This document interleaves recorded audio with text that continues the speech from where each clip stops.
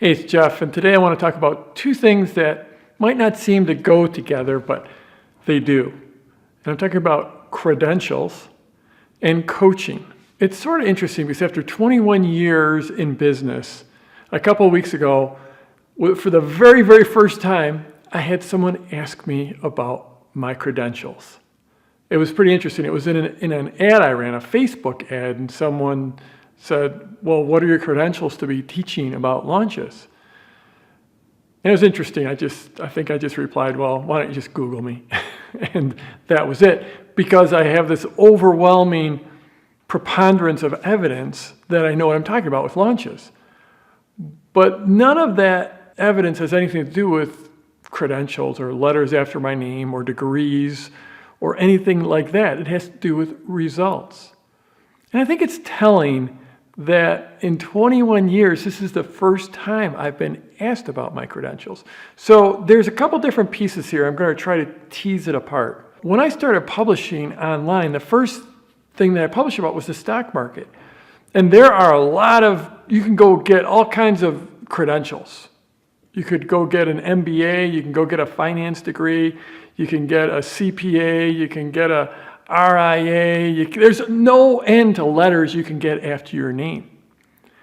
But in 8 years in publishing in that market, no one asked about my credentials, not once.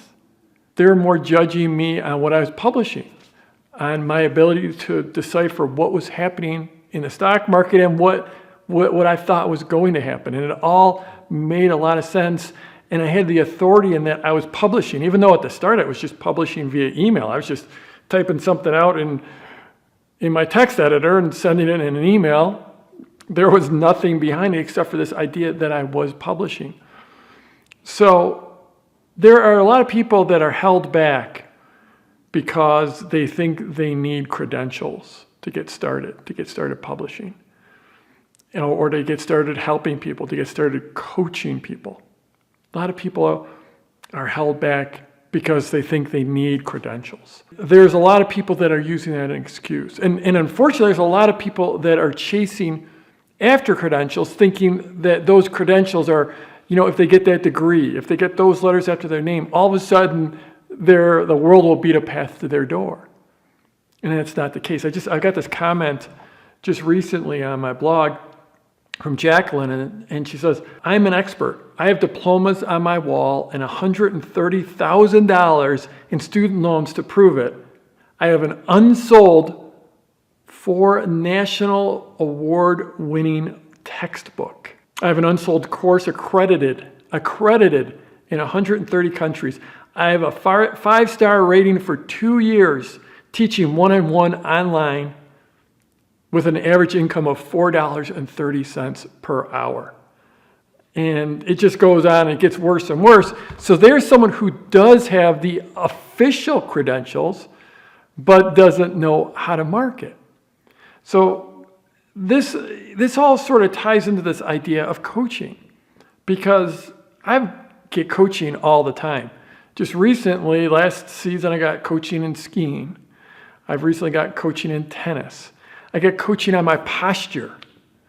Just yesterday, I spent an hour talking to a business coach about how to be a better leader for my team. So I'm just hungry for coaching. I know the fastest way for me to move forward is to get someone with experience that that's done those 10,000 hours to get the experience, and that can transfer that experience to me. It's the absolute fastest way to success. And most very, very, very successful people know this. And that's why they're super happy to pay for coaching. So you have these couple different things. A lot of people are held back because they feel like maybe they have experience, but they don't have the certification, so they're scared to get out there and start training and start helping. And one of the questions I like to ask is, for those people who feel like they need certification, you're looking to hire someone with certification, who certifies the people who certify people? So whatever governing board there is that issues certifications in whatever field you're in, who actually certifies those people? Who certifies them so that they can go certify people? It's a little absurd when you start to think about it. It's not to say that there is no quality certifications and there's no benefit to certifications. But if you think that going and getting a certification is going to change anything for you, you're probably mistaken. I mean, there's exceptions. You know, if you're going to go to CPA, if you're going to pass a bar exam, if you're going to go to med school, something like that. But for most of us, what you need is good marketing, and you need some clients.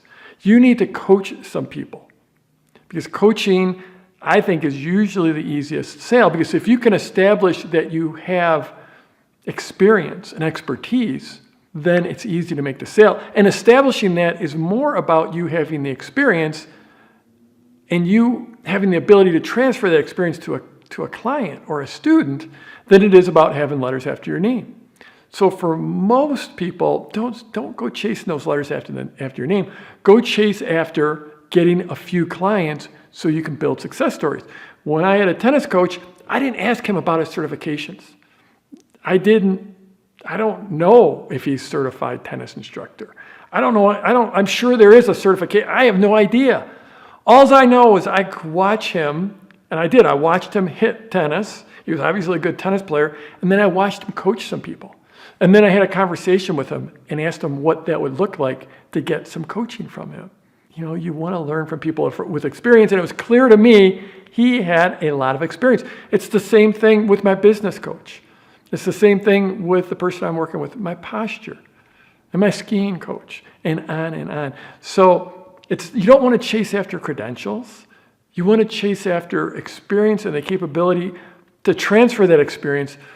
And then absolutely foremost is the marketing skills to land those first few clients, and then it just grows from there.